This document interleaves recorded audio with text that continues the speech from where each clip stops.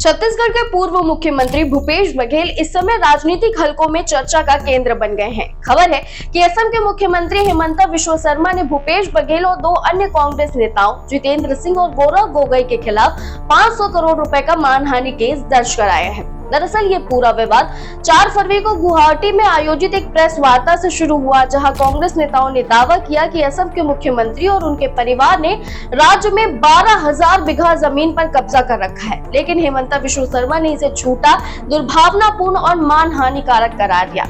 मुख्यमंत्री हिमंता बिस्वा शर्मा ने social media platform x पर खुद इसकी जानकारी दी और साफ कहा कि यह आरोप जानबूझकर गलत और दुर्भावनापूर्ण है। उन्होंने कहा, राजनीतिक असहमति अलग बात है, लेकिन सार्वजनिक मंच से निराधार आरोप लगाना कानून के दायरे में आता है। हिमंता बिस्वा शर्मा का कहना है कि वो हिट एंड रन राजनीति का दौर खत्म कर चुके हैं। उन्होंने चुनौती दी कि अगर कांग्रेस नेताओं के पास किसी भी आरोप का कोई सबूत है तो अदालत में पेश करें। उन्होंने साफ कहा, मैं डरने वालों में से नहीं हूँ, मेरे खिलाफ कुछ है तो कोर्ट में दिखाइए। 3 नेताओं पर मानहानि केस दिया गया, इस पे क्या कहेंगे? वो मेरा ऊपर कुछ बोले थे।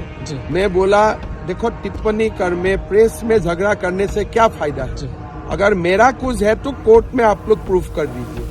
इसीलिए मैं खुद ही उनको मौका दिया कि मेरा खिलाफ कुछ है तो आप बताइए। इस बीच असम की राजनीति में गौरव गोगोई और हिमंता बिस्वा शर्मा के बीच टकराव और तेज हो गया। मुख्यमंत्री ने आरोप लगाया कि गौरव गोगोई और उनकी ब्रिटिश पत्नी एलिजाबेथ कॉलबर्न के पाकिस्तानी नागरिक अली तौकीर शेख से गहरे संबंध है और इससे संवेदनशील सूचनाएं पाकिस्तान तक पहुंच सकती है। इस पर कांग्रेस नेताओं ने पलटवार करते हुए कहा कि मुख्यमंत्री के पास कोई दस्तावेजी सबूत नहीं है और उन्होंने हिमंता बिस्वा शर्मा के मानसिक संतुलन पर भी सवाल खड़े कर दिए।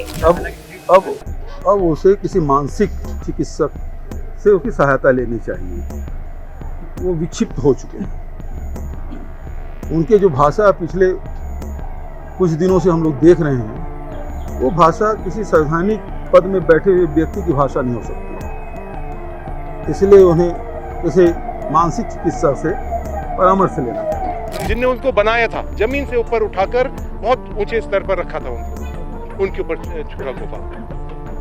आज उनके परिवार के ऊपर इस तरह की बात है, ये बहुत ही दुख की बात है। वेरी शेमफुल जो वो आज कर रहे हैं। तो मानसिक संतुलन बिगड़ चुका है। वो कुछ भी कह सकते हैं, लेकिन तत्व कहाँ है वो डॉक्यूमेंट?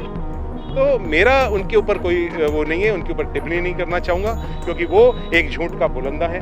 उनके पास कोई डॉक्यूमेंटेशन नहीं है। ये सिर्फ पुरानी फटी हुई सीरियल, टूटी हुई सीरियल, फ्लॉप सीरियल चला रहे हैं। वो जनता ने उसको देख लिया है और जनता उनके ऊपर विश्वास नहीं करती है, क्योंकि झूठ बोल बोलकर इनने अपना जो 5 साल जो इनने राज चलाया है। यहाँ के एक ट्राइबल नेता, अपर असम के माजुली के रहने वाले, उनके ऊपर जिस तरह से छोरा घोपा है सोनवाल जी के ऊपर, वो पूरी जनता ने देखा है। एक शरीफ आदमी जो एक यहाँ की एक तरह से इंडिजिनस, एक जो आसाम की संस्कृति और समाज के बहुत ही प्रतिष्ठित व्यक्ति सोनवाल साहब, उनको कुर्सी से नहीं उतारा, उनके खिलाफ एक षड्यंत्र करा।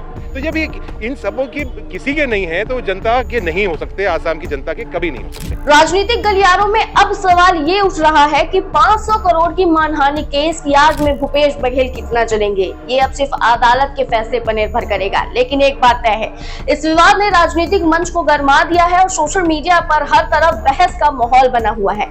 अब सवाल आपसे, क्या आपको लगता है कि भूपेश बघेल और कांग्रेस नेताओं के आरोप निराधार हैं या इसमें कुछ सच्चाई और दम भी है? आप अपनी राय कमेंट सेक्शन में जरूर बताएं और अपडेट्स के लिए वैम छत्तीसगढ़ को सब्सक्राइब करना ना भूलें।